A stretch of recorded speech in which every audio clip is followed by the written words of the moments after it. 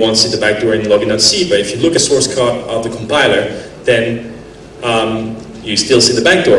What happens if you compile, you put the backdoor in the compiler so that when it compiles a clean compiler, it will add the backdoor in it. Then you cannot see there is a backdoor in the system. And the same problem applies to all kinds of software, interpreters, etc. IDS, that's intrusion detection system, is a security device, but you have to realize that it introduces new risks. In many cases, when we're doing a pen test, we managed to compromise a huge network just by compromising the machine on which the intrusion detection system was running. And you trust a lot of other software. Another interesting one is SSH. SSH is a secure shell protocol. It's a really good alternative to Telnet and other insecure protocol, because when you connect to administer a Unix machine, or even if using Sigwin, you can even use it to connect to Windows machine. Everything will be encrypted, there will be authentication, etc.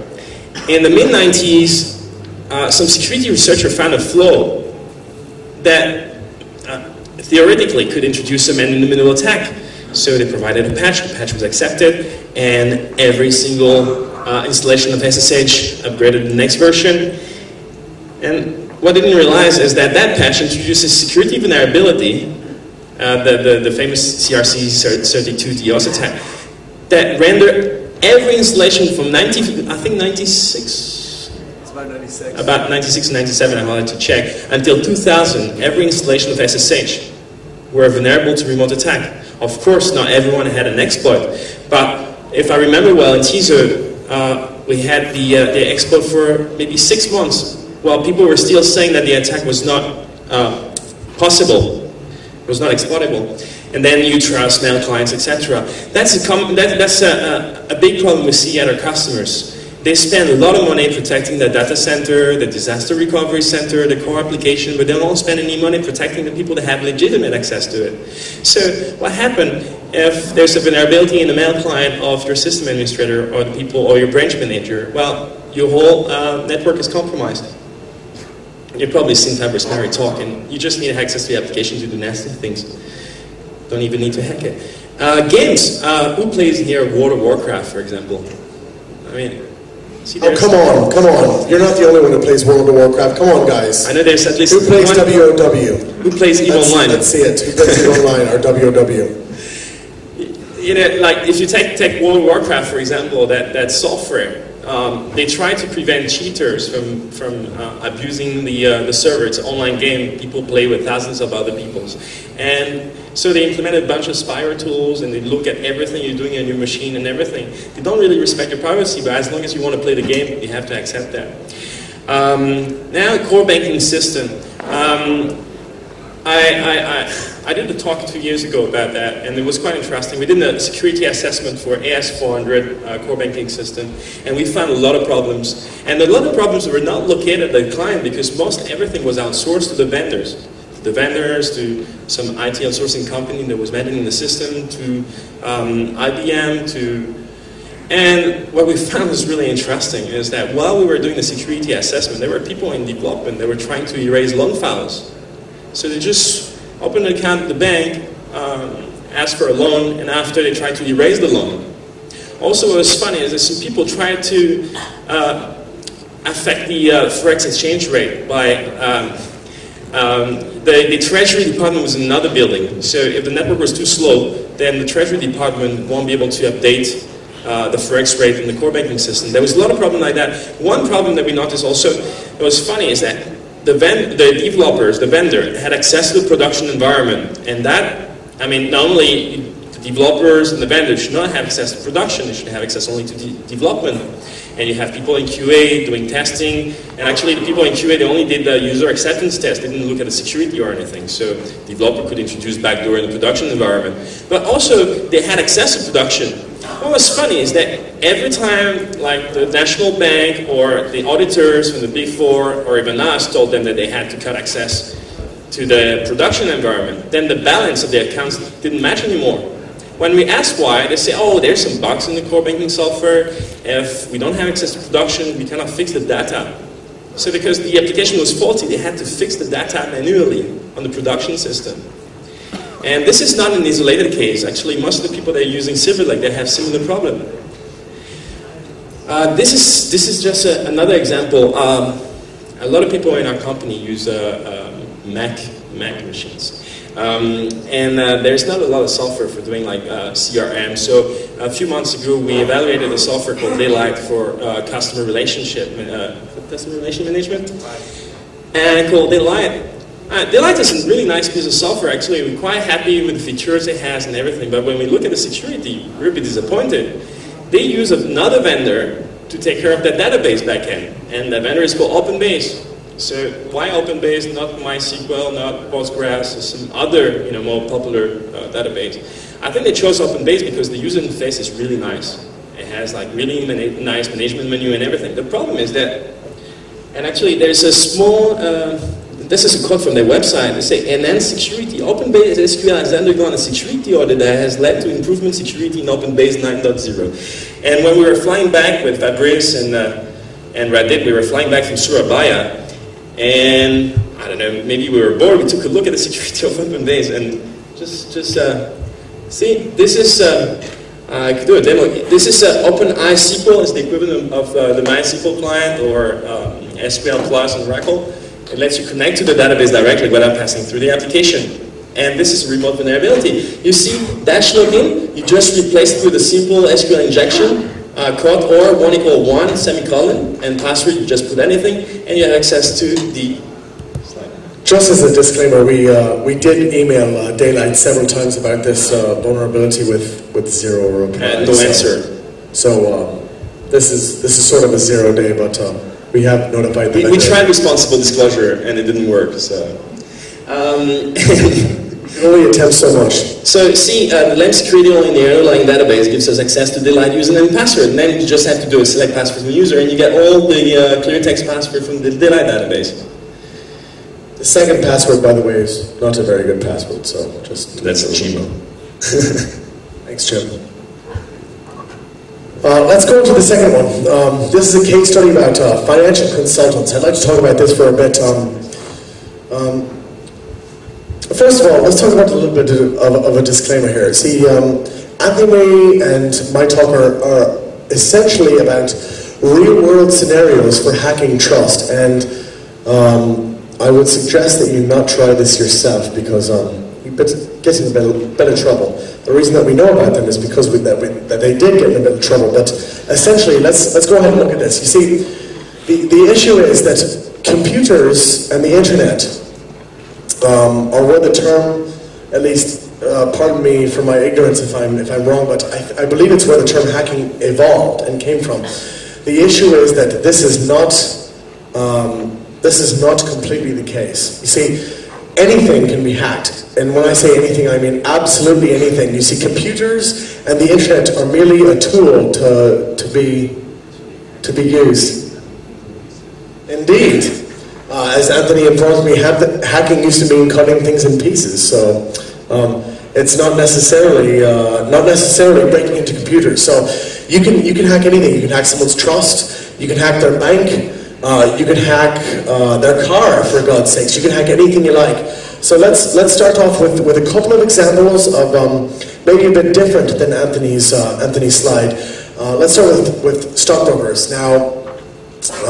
Many Americans, but I'm not sure some of the foreigners here, especially myself, who have heard of Ivan Boesky and Michael Milken. Now these guys were arrested in the 80s in the States, in the United States, for doing insider trading. Now insider trading is having insider information, as in confidential and protected information about a publicly traded on the stock exchange corporation that they should not have had, and they made money on that. Whether the stock, they knew it was going to go up, or they knew it was going to go down. There was no bet. They were not betting, they knew it.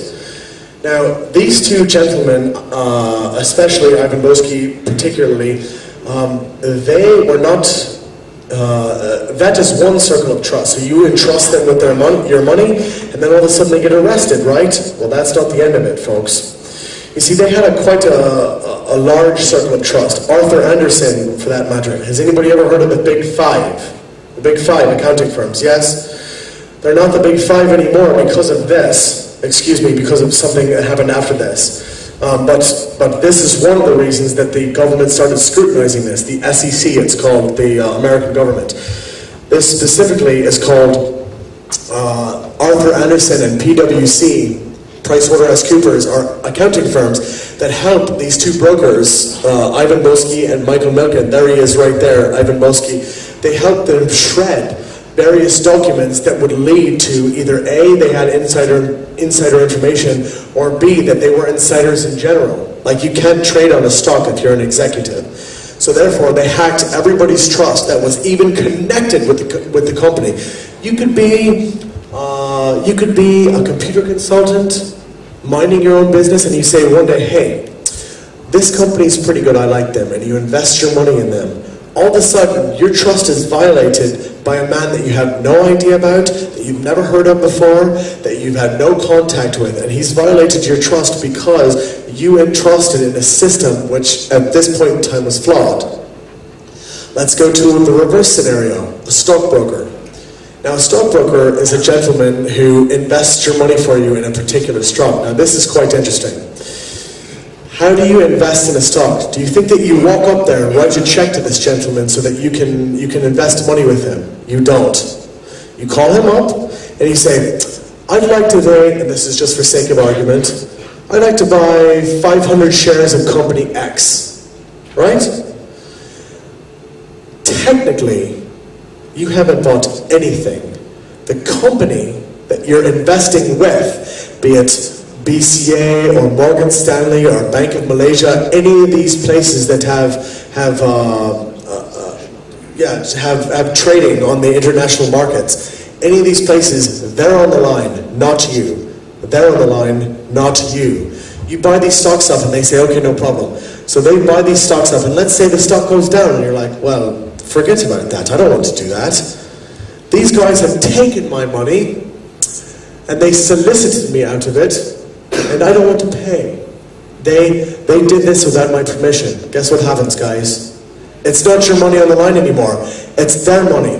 And now they have to go to court and prove beyond the shadow of a doubt in every country, they have to prove that you're the one who called them up and placed the order. Even if they can prove that you called, you just say, oh, yeah, it was a random call. I called to see how my other stocks were doing, not this one. You can abuse the network of trust on your personal broker. Please don't do this. Once again, I'm trying to give a disclaimer here. I'm not trying to attempt to tell people how to hack, but these are the types of network of trust that are in place.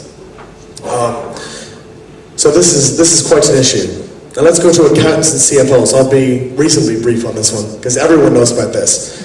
Enron and WorldCom. I'm sure everybody in the room has heard about these two companies. This is quite easy. They abuse your trust by taking your money via the stock market, by taking your money via political contributions, by taking your money via their services, and they abuse your trust by rigging their balance sheets. They create a false corporation that holds all of their debt but none of their profit. Therefore, as soon as they post their profits to Wall Street, it looks like, my God, these people have done 25 billion in one quarter. They're the most profitable company in the entire world. Not quite. Their entire debt is 50 billion, not 25. They've actually lost $25 billion just by sitting there and just by exploiting your trust. So this is another one. And obviously the same thing with WorldCom. Now, one more I'd like to talk about real quick before we go to another one. Is mergers and acquisitions. Now this is a particular case study that Balua had in front of it. Let's talk about mergers and acquisitions. Let's say you're going to merge company A with company B. Well, there's an interesting way to do that. You have to involve lawyers, you have to involve business development executives, you have to involve a number of people, but specifically you have to involve banks and lawyers. They're always in the mix. And when you involve these two, you're trusting them with your security. And I specifically say that because we audited a company once where company A was reasonably secure. Company B was reasonably secure. Now the funny thing was, we asked if we could expand the audit to their partner. And the reason we asked that is because they were going through a merger. Their partner was their lawyer firm. They had every single bit of confidential information, including balance sheets, personnel information, everything you could possibly want. They had that all on the lawyer's server. They had that all on the third-party server. So therefore, why would you even bother hacking company A or company B? You go after the lawyers, you've got their information. Anthony. And they were exchanging all the emails in clear text, of course. One thing, Dave, you didn't mention is, some of the thing doesn't have some, direct thing to do with computers. But nowadays, that everyone is using email, computers, and everything. The next time there's something happening like that, not only the people that have, that are in the know, but also the people they trust for their IT will be in the know. And there's some funny thing happening, like your personal broker. This is really funny because in Paris, you could open an account on an online brokerage account, and you can link it to your personal broker account, like institutional brokerage account. The thing is that on the online brokerage, you cannot do short sell. You know what's short sell? Now, the interesting thing about short sell is it's very simply, you sell a stock that you do not own. You do not own this stock, but you sell it at a lower price than the market value. And you hope by the end of your contract that the price will have gone up. Therefore, you have, you hope that the price has gone down, Therefore, you hope that you have sold it at a lower price than you will buy it back up at the end of your contract. So therefore, you've made money on that deal. Well, there was a vulnerability in the online brokerage system, is that what you had to do is link your personal brokerage account to the online brokerage account. And once you do that, then you call up your broker and you say, I want to sell short this particular stock.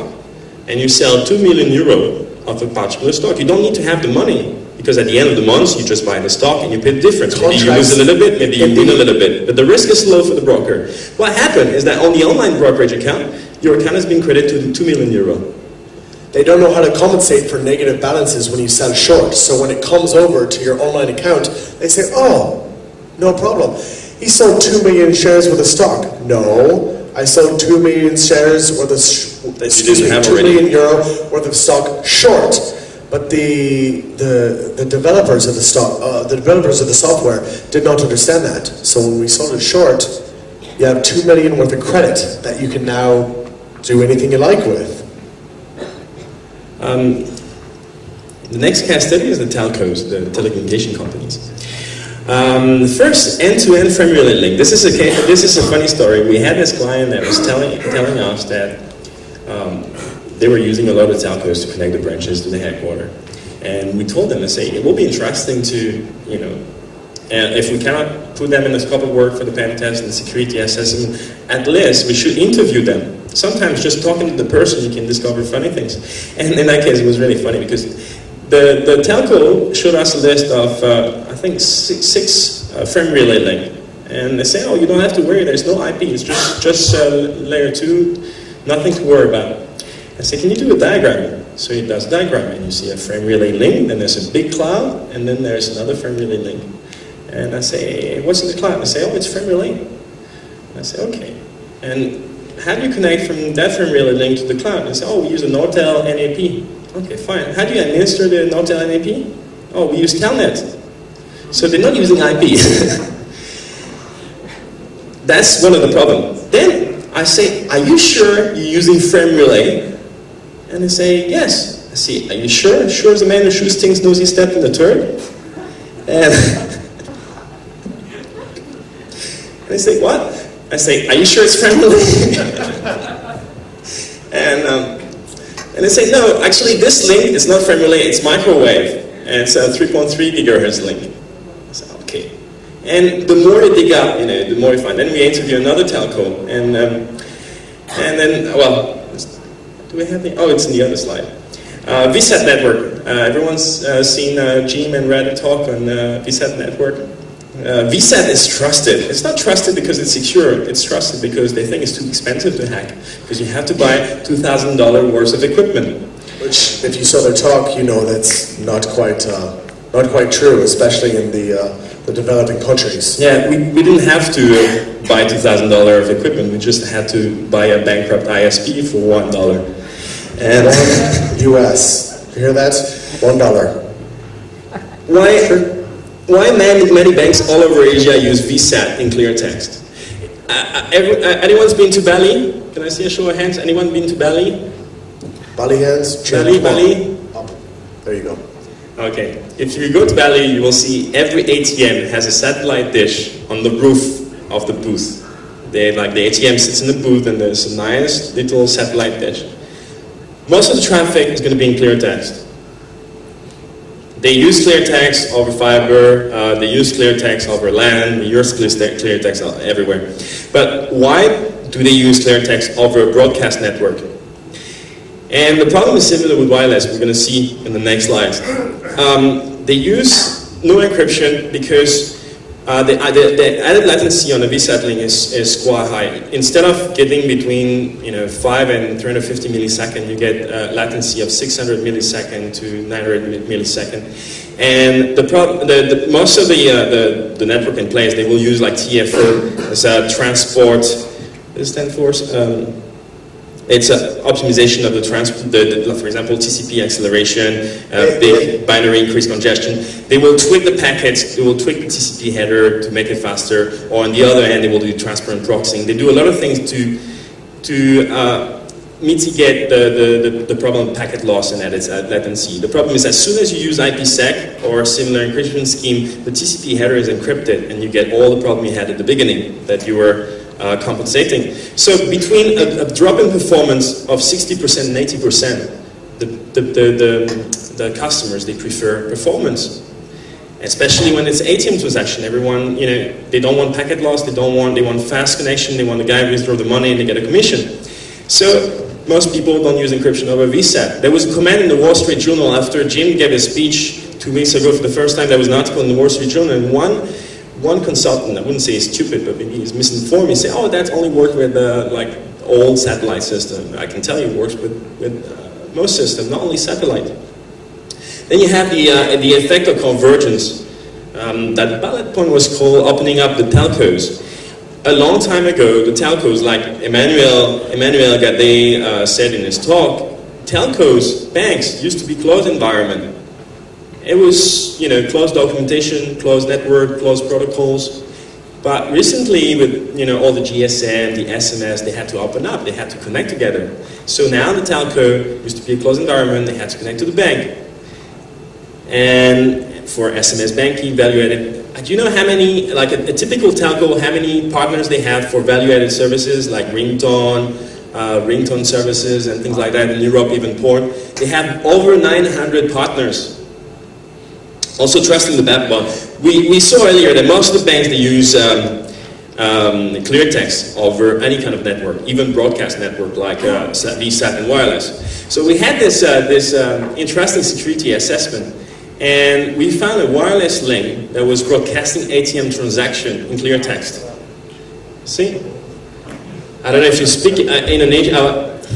If you understand Indonesian or Malay, it says at the bottom, "Mohon ganti pinan," that means please change your PIN. Up there, there's written "kartu diblokir." Please put away your pens and paper and cameras. Thank you very much. I blurred most of the stuff that was confidential. And you see, the funny thing is that when I show the finding to the IT director and the CIO, he says, "We don't use wireless." Why are you showing this? You wasted your time. I said, "Look, you waste your time with your findings. That's not us. That's someone else. We don't use wireless." You don't. They thought they were using a fiber link, and they went to the telco. They said, "Hey, we have to implement BCP, business continuity planning, and we need a backup link." But that's another problem. They only had one backup link, so they don't understand redundancy. So if one link is down, then they don't have a backup anymore. But that's another issue. So they asked the telco, "What's the option to have a backup link?" So probably they got a list of price, fiber, microwave, blah blah blah blah. They chose the cheapest. The cheapest was Wi-Fi. And they were not using it as a backup link. They messed up. They were using it as a main link instead. And that's 1 year later, another bank, similar problem. And that's the whole credit card center over clear text. Not only you can see what's going on, you can get the username and password, you can associate to the access point. And all the branches were connecting back to the headquarters like that. I like number 98 personally. Password maintenance, that's a good one. You can see here, this is the menu, last 5 month statement, loyalty program, disputed transaction. You could actually create an account in that bank. You open an account at the bank, then after you go shopping in Amazon, and with the other laptop connected to their wireless network. You can reset disputed transaction. Yeah, reset your disputed transaction. You just dispute every single transaction you have. Boom, back to zero. Goodbye. Okay, quickly, let's talk about government intelligence. This is actually an interesting domain. Hopefully I won't be kidnapped while I sleep for talking about this. This is government intelligence. Let's talk about the Soviet Union quickly. December 25th, 1991, Gorbachev decided that he was going to resign office. This essentially signaled the collapse of the Soviet Empire. Now, why does this have any significance to hacking? Well, I'll tell you exactly why. There are documented cases of over 300 individuals in different countries around the world putting puts, puts are the opposite of buying a stock. You're betting that it's going to go down. Doing puts against the Russian economy on this particular day. Actually, they had a month-long contract because they didn't know exactly when it was going to happen. But they had month-long contracts. Now, these gentlemen could never be proved to do insider trading, but let's put it this way. There were over 3,000 more puts than an average day. The average day, by the way, was 1,500. There were 3,000 more puts in this one day against the Russian economy than there were in history. The payout, if you're curious how much these gentlemen made, or women for that matter, how much did they make? The payout was, for every $1 US you invested, the payout was $1,000. $1,000 for every $1 US. You don't get that. You invest $1 million, all of a sudden you're a billionaire the next day. Billionaire. I wish I was 11. I wish I was a bit older. Nonetheless, some people had some inside information. The way this relates back is, that's a circle of trust. That's a network of trust. That they were exploited. Whether it be KGB or government officials, I don't want to toss around conspiracy theories. There's no reason for that. The point is, some people, whoever they were, knew that this was going to happen. They knew it was going to happen that month. Now let's go to China. This is actually pretty easy. First, let's start with the easy one, LANL. Do people know what that stands for? Los Alamos National Laboratories. There have been over 20 cases of Chinese spies that have been caught. And those are just the ones that have been caught, not the ones that have gotten away. Of Chinese spies stealing various secrets, as they're called, from the American government. Once again, network of trust, spies in your network of trust. Now let's go to reverse engineering. Actually, it's not only Chinese, spy on the US, the French also spy a lot on the US. It's spying on everyone. Specifically, everyone spies on the US. If you don't spy on the US, you're behind the times, to be honest. But this is specific only because it's backed up by New York Times articles. I'm not picking on China, mind you. Let's go to reverse engineering at this point. Reverse engineering is pretty easy. China is fantastic at it. I mean, they're unbelievable. These men and women can reverse engineer nearly any technology or non-technology that comes out of any country in the world. We're talking, that Prado, P-R-A-D-O bag that you got for your girlfriend that's supposed to look exactly like Prada? Yeah. That chip that's supposed to be in your laptop that's faster than the other one. Do you ever wonder why? It's just a little bit faster than those Intel ones. There's a good reason. Dinesh was telling me about fake iPod Nano. When you load them the first time, it shows 8 GB, and then the next time when you format it, it's 47 megabytes. Well, that right there is just a tax. So, reverse engineering. China is fantastic, and I'm not picking on China. I mean, we're talking, 100 different countries throughout the world. This is everyone, including the United States, has been reverse engineering technologies, not paying intellectual property to the proper owner for years. I mean, this has been going on. Now, finally, I'll go to a very popular topic. The NSA and the FBI. Everybody loves to throw around those letters. Conspiracy theories galore. Oh, they did this. They did that. Well, the truth is, the only things that have come out realistically in the papers are Echelon and Carnivore.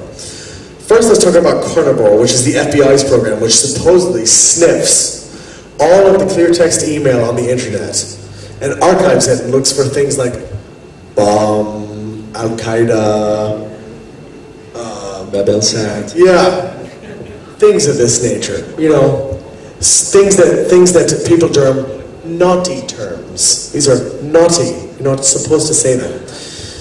The second would be Echelon by the FBI.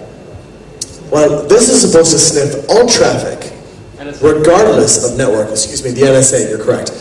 The NSA has Echelon, which is supposed to sniff all traffic, regardless of where it is. Well, this is quite an interesting program.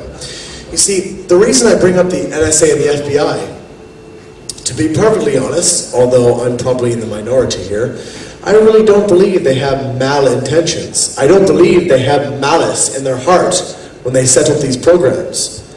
But let's talk about this for a second. Could they have malice? Yes. Absolutely, without question they could. Because there's no government checks on this. There's no voter checks on this. Myself, I'm half American, half Irish. So technically I have the right to be able to see what's going on these. No, I don't. Echelon and Carnivore are classified. You can't see what's going on. Even the potential. They put antennas in Germany and England. The British, they don't even have access. They have it everywhere. It's not just the NSA. I'm not picking on Americans. I'm not picking on Chinese or the Russians. I'm just simply telling you, these are the major nations that have shown the major things. MI5 is everywhere. Even Malaysian intel, believe me. They're watching you. So, to sum it up very quickly, the NSA and the FBI, although my personal beliefs is that they have best intentions in mind, there is a tremendous potential for malice and for misuse, simply due to the fact that the oversight cannot be seen by the general public. And that is a network of trust which you, regardless of what nation you're from, you're buying into right this second. Right this second. That's Dave McKay with long hair. I cut it a bit earlier. I put this picture up because it's quite interesting. This is the old IIX. What's interesting also about the old IIX and why it's the old IIX is that the government tried to take it over. And as soon as the government tried to take it over and make it a pay service, they created a new IIX. And I think that picture was last year, and Dave, like you can see from his smile, is about to unplug some important network from the IIX. What's .co again, sir? Hey!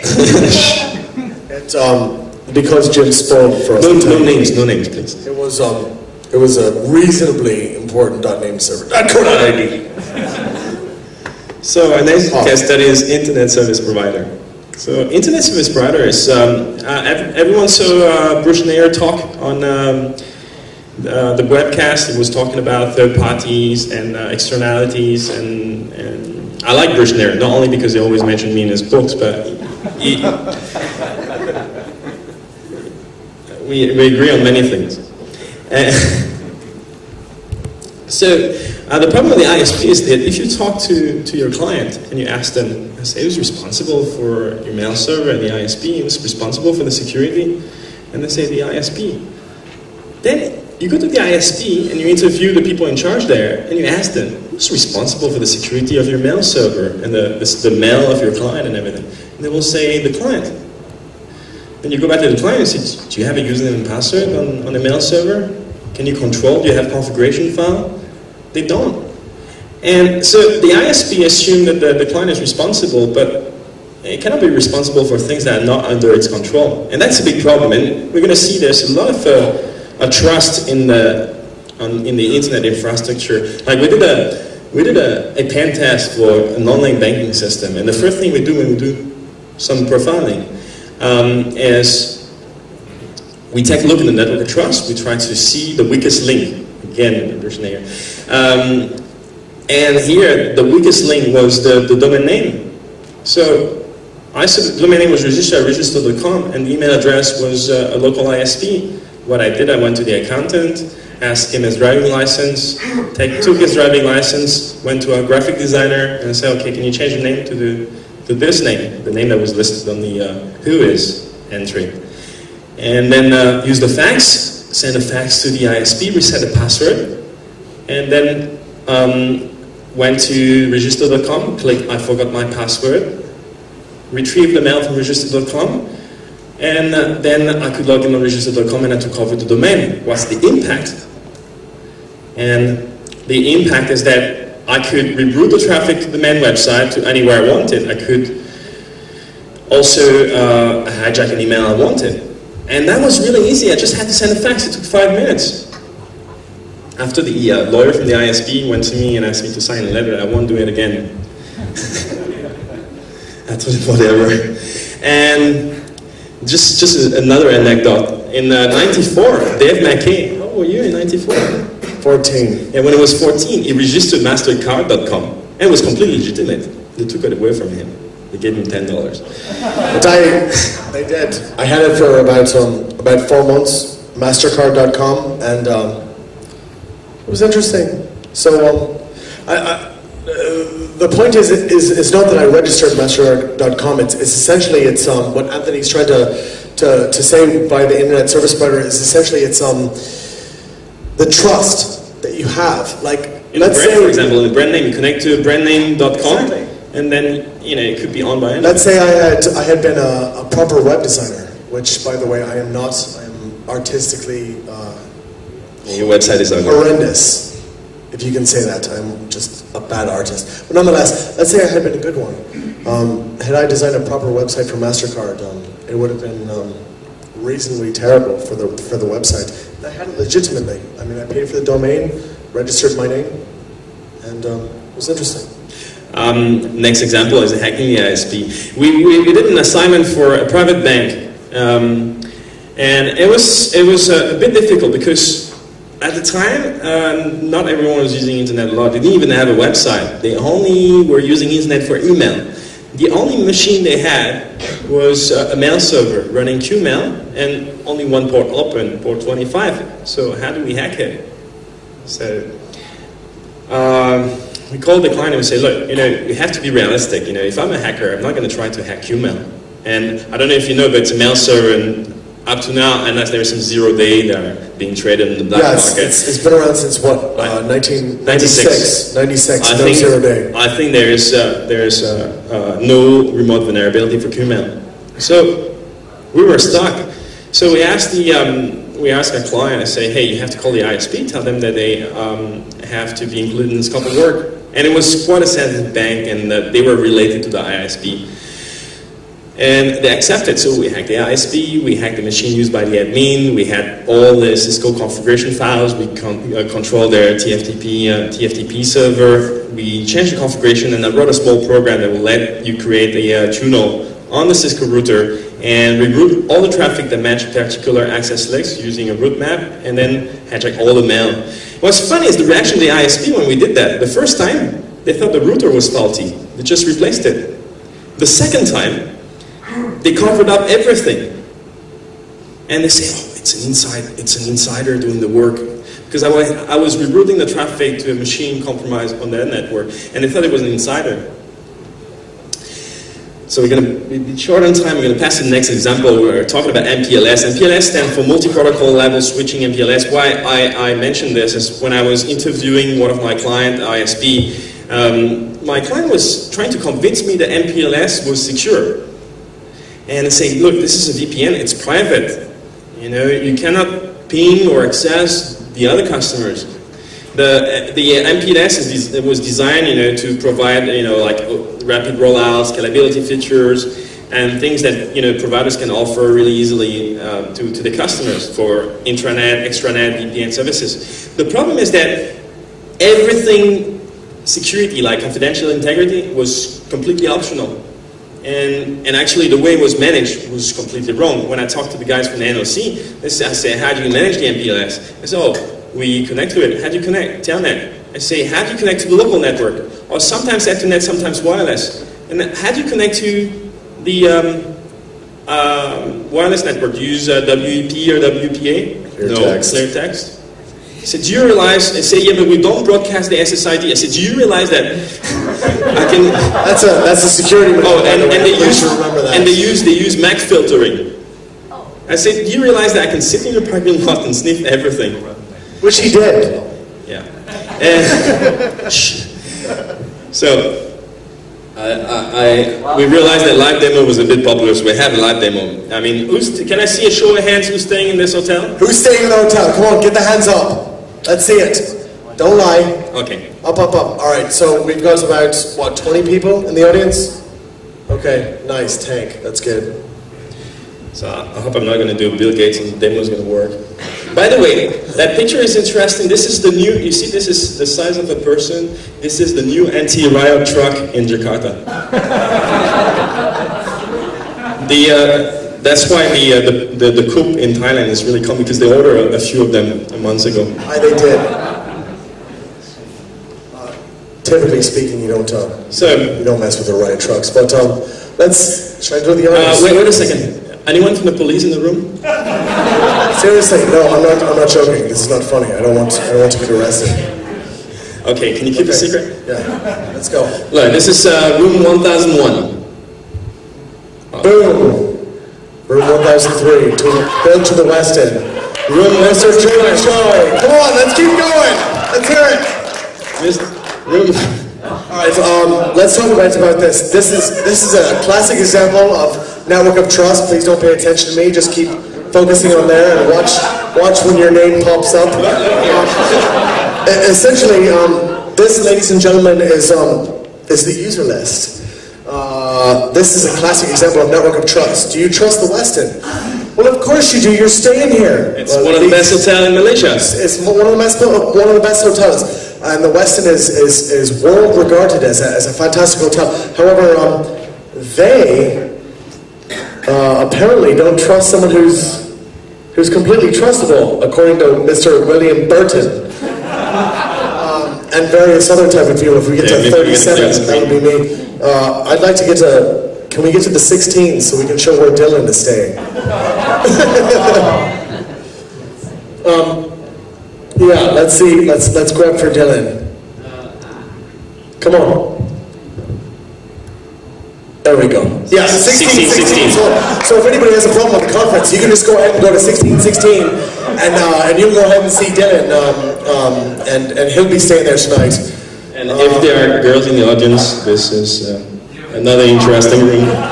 Yeah. So Jim, we'd like to announce that Jim Piovetti, who is one of our top consultants, and by the way, very well gifted by God. Is staying in 2301, so just in case you'd like to visit him.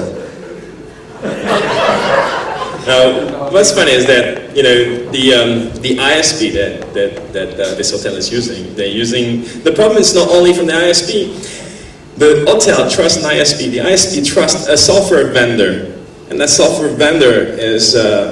Maybe they're really good for marketing, but they're really poor programmer. This is not the only vulnerability. Not only you can get a list of the hotel, but you can do it remotely. You don't even need to be in this hotel. And you can grab the list of all the names in all the hotels in the region. Actually, the same ISP, and this ISP is really popular. Honest with you, Anthony, I'm kind of curious. Jim, speaking of that. And actually, Jim wrote the script, by the way. How many countries? It's for Australia. Macau.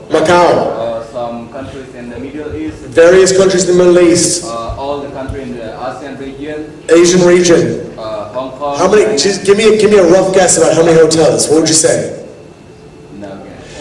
And about 20? Not only you can get a name of everyone in the hotel at any time, but you can also bill things to it. You can bill your internet to it. For instance, by the way, you don't need to bill to someone else. There's a specific room when it says 2 Westin. It's completely. That's exactly right. I need to apologize. I need to apologize in advance. I need to apologize in advance to the Grok, because he's going to receive a very large internet bill. So I apologize. I'm so angry with that last time. Actually, last year we wanted to demo it. Jim wanted to demo it, but it was censored, but we were not. So, and we used the Grok as an example, and he got really mad at it. We didn't use, because the talk was censored, so we didn't show anything. But I went to the Grok and gave him 60 ringgit to pay for his internet, and he got angry with us.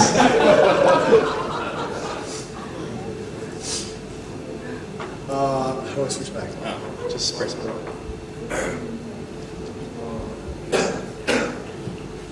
Okay, quickly. I realize. Oh, never mind. It appears that I can take an extra 15 minutes if everybody's not too Jim, bored. did you hack the computer? It says it. Jim, did you do this? It says it right there. I swear to God. All right. Quickly, let's talk about this. Let's do a study on employees. These are obviously in your circle of trust, and although I didn't quite get to it, let's talk about workers, custodians, and consultants. Let's talk about workers first. You obviously trust your employees, right? When they're doing work for you. I mean, you have to. You don't have a choice.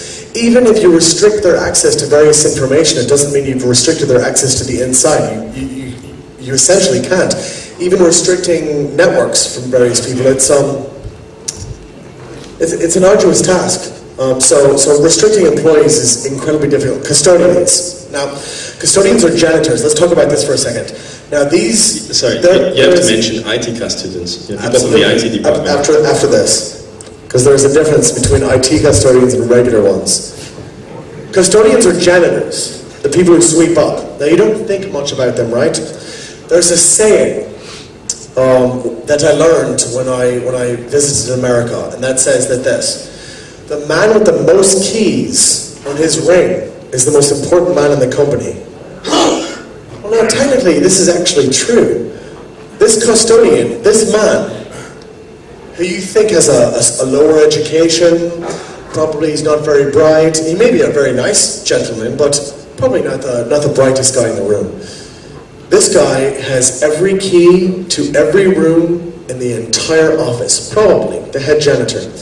He's got keys to the CEO's office. You don't even have keys to the CEO's office. So why should this guy? He's paid to clean up your trash. But yet, he's got direct access to the CEO's computer, the printer, the USB drives, the firewire, anything he wants. Just because he's a custodian does not mean he does not possess a higher degree of education. Believe me.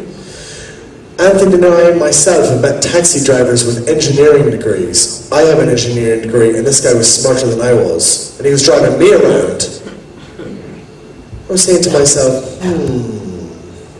what happened here? It was quite interesting. Now let's take a different turn onto custodians. Now IT. This is information technology, your IT department, right? Everyone's got one. Your IT department are essentially custodians.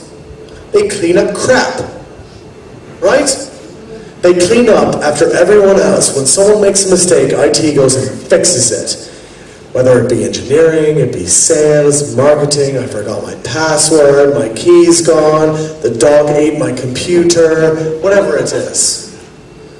IT cleans it up. These people are also custodians, and they have massive, absolutely massive amounts of access to your network.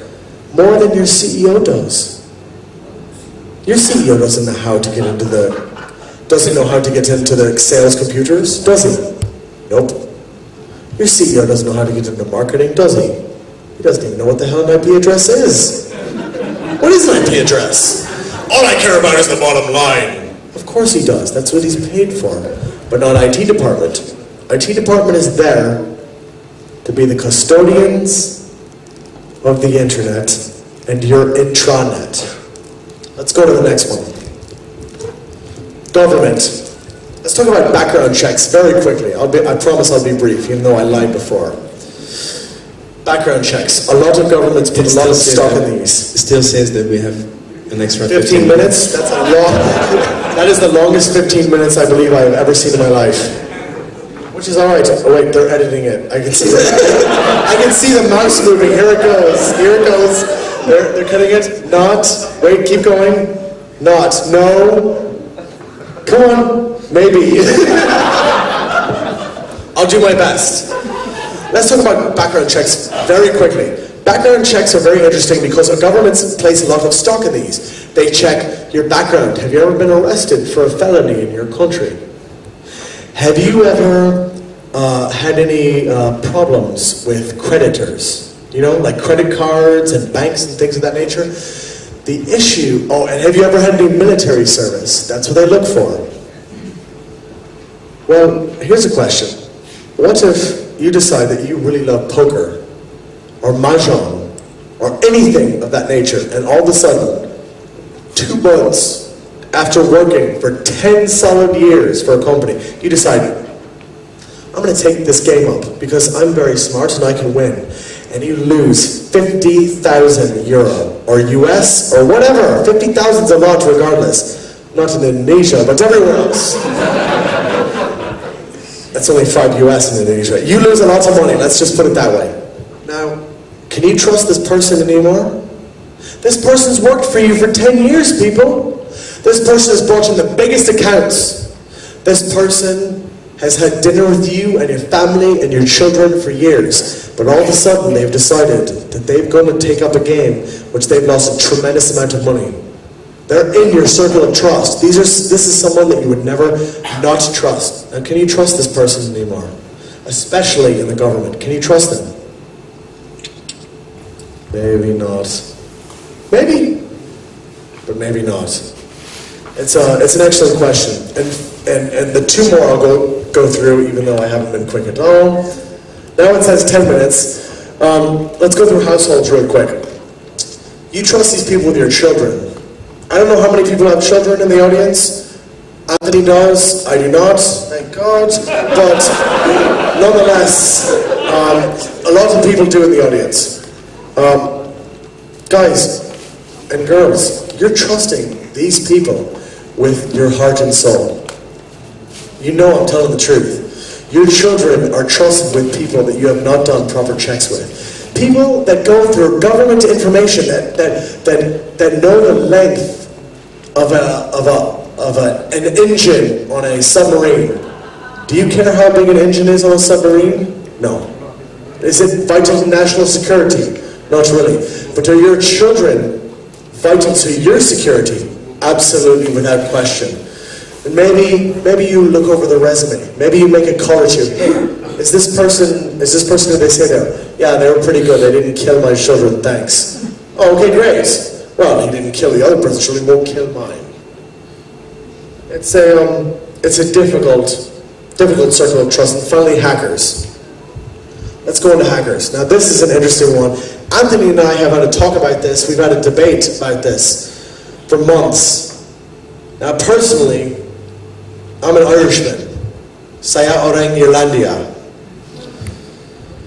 We're very stubborn people. We do not listen to other people very much. But Anthony actually convinced me about this. Now, the question is, are hackers consultants or sociopaths, or are they just trying to get in? Can you trust them? The answer is, it doesn't matter.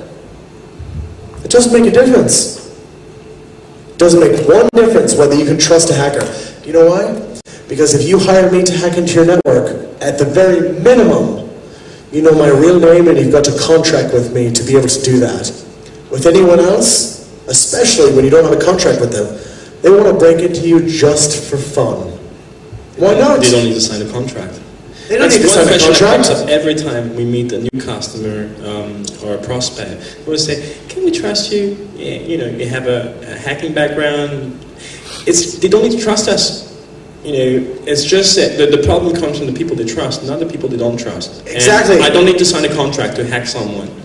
And well, we found on 3 different companies that I've worked with, and you know the companies that I've worked with, and I'll not mention the names except for Balua. 3 companies that we've worked with, 60% of all the threats come from inside your company, not outside. I think everybody's can pretty much agree with that. 60% of all the threats come from inside, not outside. Now here's the interesting thing. Now how many of these are severe threats, where they're really threatening to do something, where they're really going to get into your network and cause mischief? Somewhere around 95% are internal, and that's not successful. That's just attempted. Just attempted. 95% internal to your network. That's attempting. That's it. So I'd like to move on real quick, and we still have 10 minutes. It's a hell of a long 10 minutes. That's good. Those real quick. I'll go through the internet remains internet, guys, regardless of who's in it, given the right circumstances. Yeah, ballot point says, the network of trust must be included within the scope of your compliance check and regular security assessment. By that, I mean, for example, I've talked a lot about with the other speakers and a lot of my colleagues that work in the security industry, and a lot of them, they do pen tests, security assessments, etc. And they were telling me, saying most of the time, oh, we don't do social engineering, we don't look at wireless, we don't look at the network of trust, we only look at the IP address that our client gives us. And I think, you know, this is wrong. We don't, like, if a client tells us, you only look at this, we refuse it. Why? Because it's like if someone is telling me to check the security of his lock on the door, and I must close my eyes, even though I know that the windows are open and there's a big hole in the door, and the walls are broken. And also, there's a reputation risk. What happens if we do a security assessment for a bank of the online banking system, and they say you only look at the application side? Fine. They get hacked 2 weeks ago because the developer was vulnerable or some guy in operation was vulnerable. Who are they going to blame? And I don't want to explain to the press, you know, that the scope was limited by the client, blah, blah, blah, blah, because at the end it's going to hurt our reputation. So that kind of project we don't accept. Economically, that's really good because we only take big projects.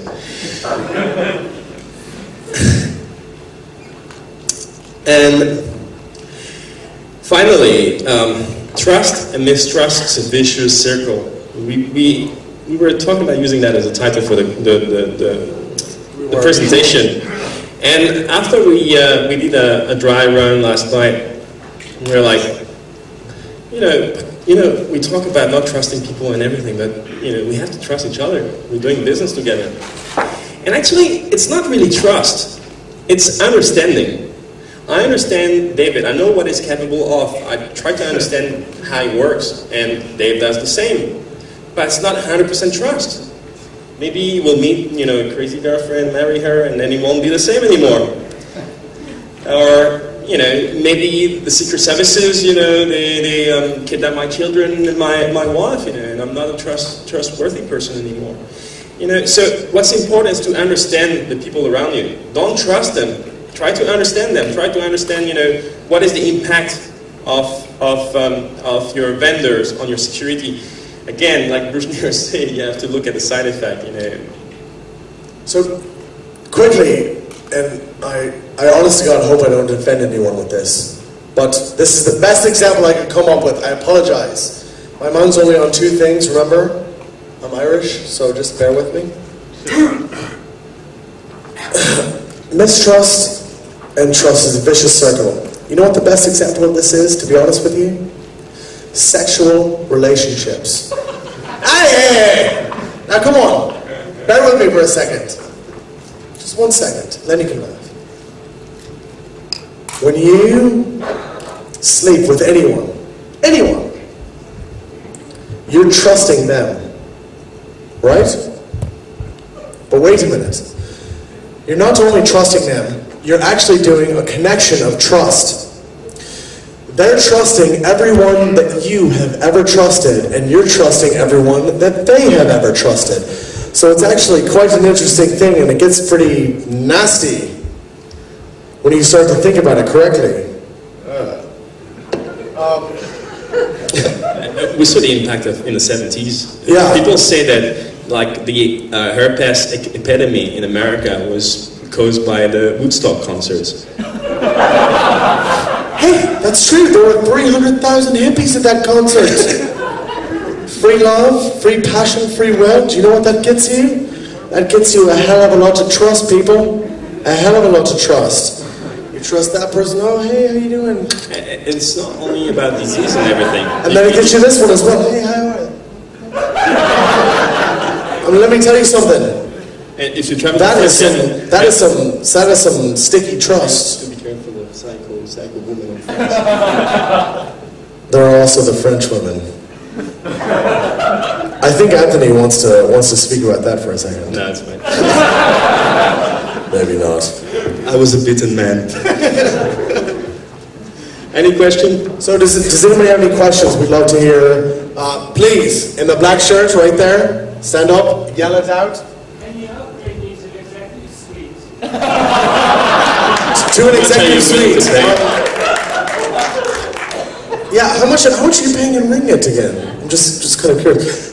It's about 12,000 star points. But maybe we can arrange. The issue is specifically that I don't want to be arrested and whatnot. You know, being foreign and all.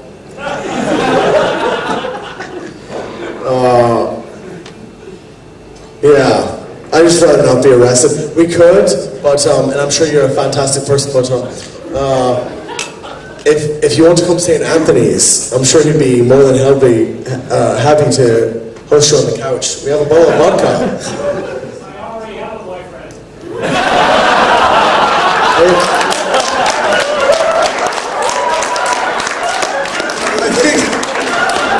Hey, be careful. It's illegal. I think you're out of luck then, mate. I've been informed by various sources that it may be illegal in this country. So, to sum it all up, Mr. Mackey, does anyone watch South Park? Let's see some South Park hands. South Park, come on! Trust is good. Trust is bad. Okay. Trust is bad. Do we have any other questions outside of, for fun and profit and various illegal gains that will send me directly to federal prison? No questions? I guess we covered it all then. Fantastic. Thank you. Thank you very much.